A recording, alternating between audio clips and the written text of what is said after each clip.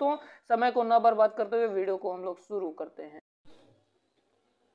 दोस्तों देखिए, आपका पहला प्रश्न है कि भारतीय संविधान का अनुच्छेद 17 संबंधित है, यानी कि अनुच्छेद 17 में किसकी बात किया गया है। तो दोस्तों आप सभी को बता दूं, अनुच्छेद जो 17 है इसमें अस्पृश्यता का अंत की बात किया गया है, यानी छुआछूत की अंत का बात किया गया है। ऑप्शन नंबर सी वाला सही हो जाएगा पहले वाले का आंसर। अब चलिए हम लोग चलते हैं अपने दूसरे नंबर के प्रश्न की ओर। जल्दी से आप सभी लोग इसका कमेंट बॉक्स में कमेंट में आंसर बताइएगा।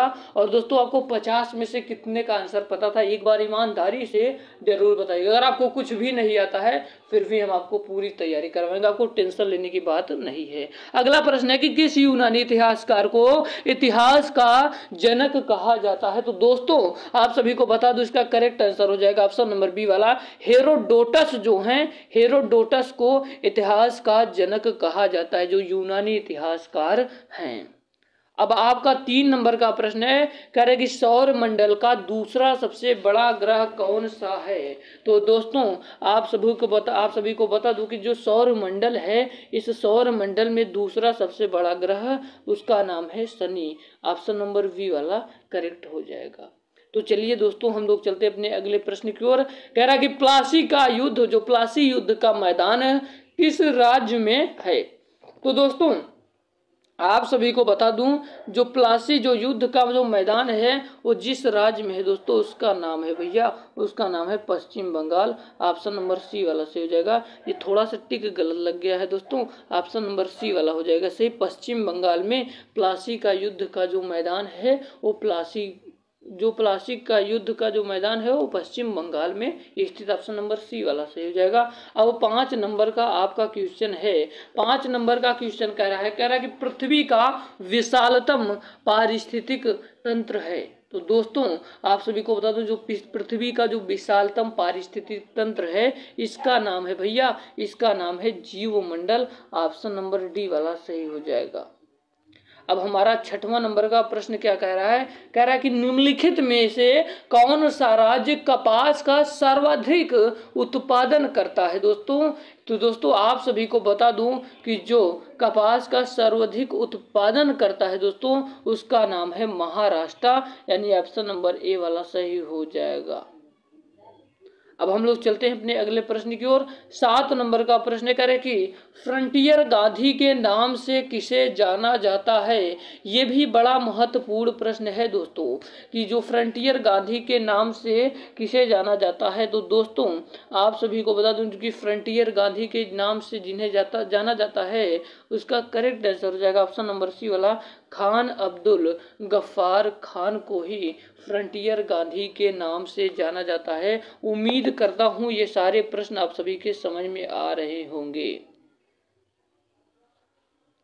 हम लोग चलते हैं अपने अगले प्रश्न की ओर। कह रहा है कि पेट्रोल की गुणवत्ता की माप किससे की जाती है। जो पेट्रोल की गुणवत्ता की जो माप है किससे की जाती है, ये भी बड़ा महत्वपूर्ण प्रश्न है। तो दोस्तों आप सभी को बता दूं, इसकी जो गुणवत्ता की माप की जाती है उसका नाम है ऑक्टेन संख्या। इसका मतलब करेक्ट आंसर कौन हो जाएगा, ऑप्शन नंबर सी वाला इस करेक्ट आंसर हो जाएगा।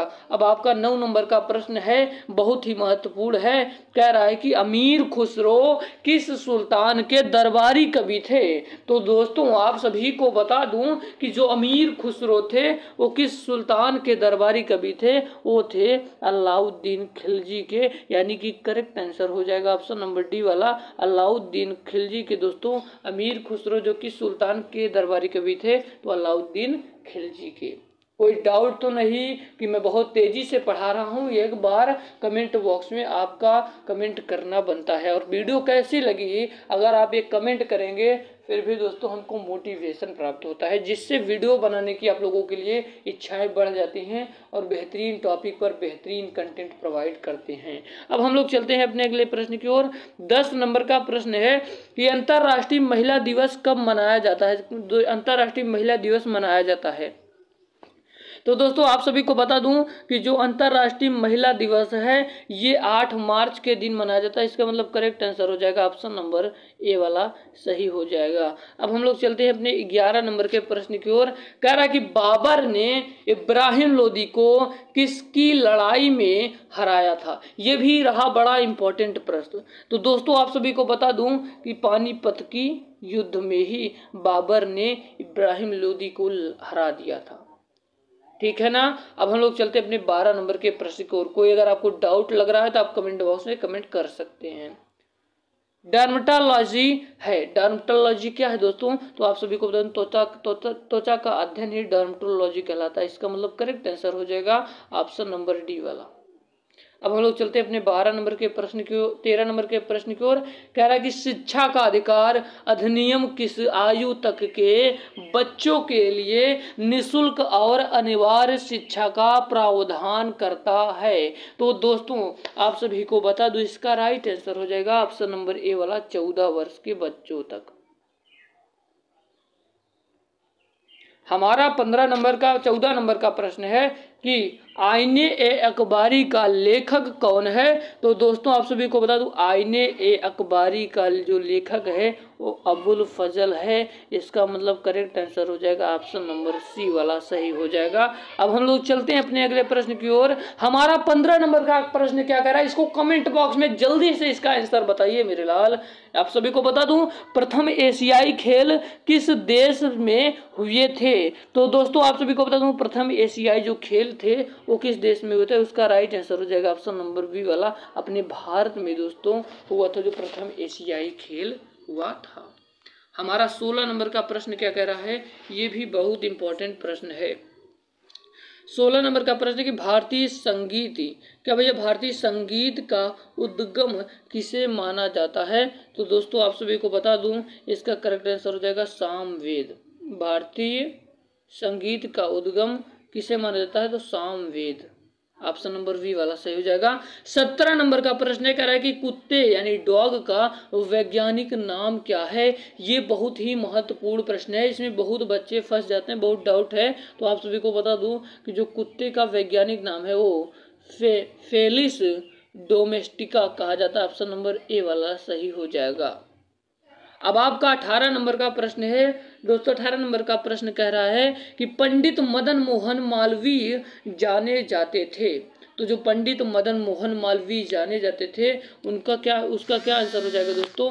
आप सभी को बता दूं इसका करेक्ट आंसर हो जाएगा ऑप्शन नंबर डी वाला महामना के रूप में भी जाने जाते थे।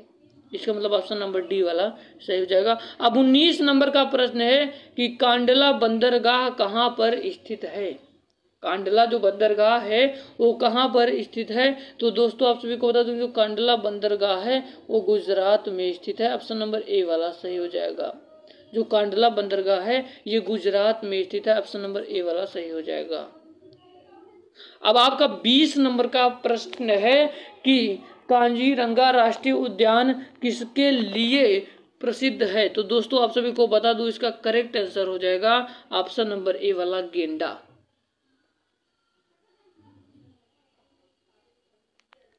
अब आपका 21 नंबर का प्रश्न है कह रहा है कि भारतीय वानिकी संस्थान भारत के किस शहर में स्थित है। तो दोस्तों आप सभी को बता दूं इसका करेक्ट आंसर हो जाएगा ऑप्शन नंबर सी वाला देहरादून में स्थित है। तो चलिए हम लोग चलते हैं बिना किसी देरी के 22 नंबर के प्रश्न की ओर। कह रहा है कि त्रिपिटक किससे संबंधित है। तो दोस्तों आप सभी को बता दूं ये जो त्रिपिटक है ये बौद्ध धर्म से संबंधित है। करेक्ट आंसर हो जाएगा ऑप्शन नंबर ए वाला। अब आपका 23 नंबर का प्रश्न कह रहा है कि बाहरी वायुमंडल में ओजोन की परत हमारी मदद करती है। तो दोस्तों ये बड़ा महत्वपूर्ण प्रश्न है। इसका करेक्ट आंसर हो जाएगा परावैंगनी विकिरण को अवशोषण करने में ही। इसका मतलब करेक्ट आंसर हो जाएगा ऑप्शन नंबर डी वाला परावैंगनी विकिरण का अवशोषण करने में ही दोस्तों ओजोन परत हमारी मदद करता है। ठीक है। अब हम लोग चलते हैं अपने अगले प्रश्न की ओर।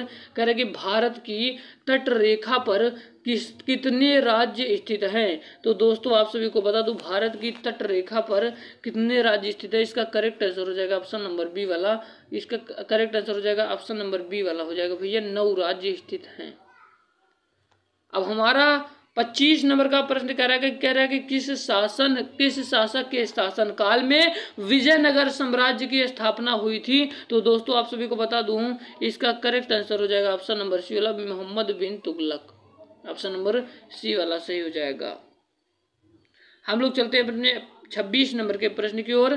कह रहा है कि अग्निशामक के रूप में किस गैस का प्रयोग किया जाता है। तो दोस्तों आप सभी को बता दूं, इसका करेक्ट आंसर हो जाएगा ऑप्शन नंबर ए वाला, carbon dioxide. Option number A वाला सही हो जाएगा। अब आपका 27 नंबर का प्रश्न कह रहा है कि भारतीय संविधान की प्रस्तावना में